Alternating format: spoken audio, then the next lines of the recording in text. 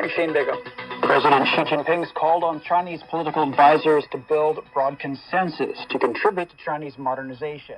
He made the remarks in a meeting during the second session of the 14th National Committee of the Chinese People's Political Consultative Conference. President Xi called on the political advisors to conduct research and effectively offer suggestions based on the country's major strategic tasks. Political advisors from the Revolutionary Committee of the Chinese Kuomintang, the science and technology industry, and the environmental sector attended that meeting. Chinese authorities said the country has the confidence, capabilities, and conditions to meet its economic and social development targets for this year. National Development and Reform Commission Director Zhang Xianjie made the remarks on the sidelines of the ongoing session of the National Legislature. 今年我们国家把这个5%左右作为 This year we have set the target at around 5%. This is a decision made by the CPC Central Committee and the State Council based on balanced consideration of various factors.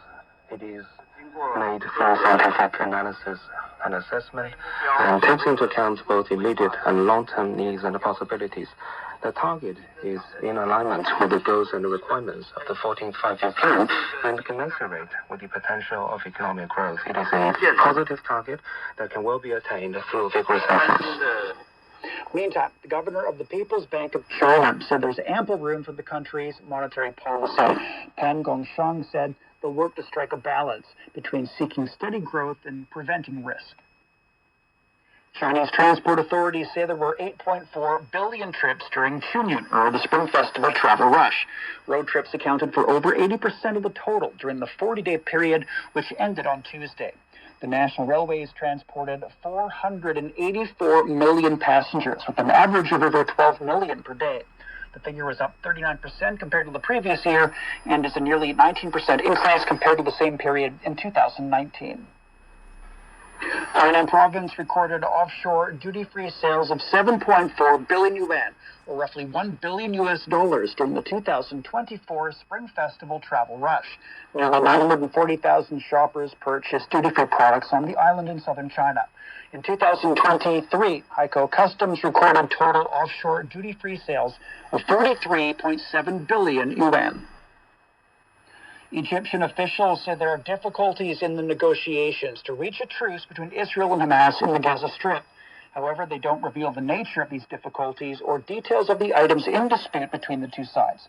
Since Sunday, Egypt has been hosting a new round of discussions to reach a ceasefire in the Gaza Strip, with the participation of delegations from Qatar, the United States, and the Gaza War Hamas movement. David Biller has more from Jerusalem. We're told by a senior Egyptian official, two officials actually, that Hamas presented a proposal which mediators will converse with Israel about in coming days. Hamas officials came out and said that Israel is still not accepting its demands for a permanent ceasefire and full withdrawal from Gaza. Indeed, Israel's Prime Minister Benjamin Netanyahu has said that deal or no deal, Israel is going to go into the southernmost city of Rafah, which is the last remaining Hamas stronghold, and that a deal would just delay that action. The World Food Program says the war in Sudan risks triggering the world's largest hunger crisis. It said over 25 million people across Sudan, South Sudan, and Chad are trapped in a spiral of deteriorating food security. The WFP said 90% of people facing emergency levels of hunger in Sudan are stuck in areas that are largely inaccessible to the UN agency.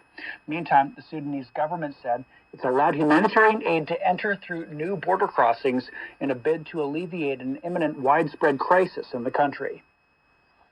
Greece says it's ready to welcome more Chinese visitors in 2024, with increased direct flights between the two countries starting April the 1st. The Greek National Tourism Organization is expecting Chinese tourist arrivals to exceed the pre-pandemic level this year. Air China will boost its Athens-Beijing flights from 3 to 5 per week, using the larger Airbus A350 aircraft. Another Chinese carrier, Junyao Airlines, will launch a second direct route linking Athens to Shanghai, starting from April the 2nd. And that's the news. I'm Shane Bigham.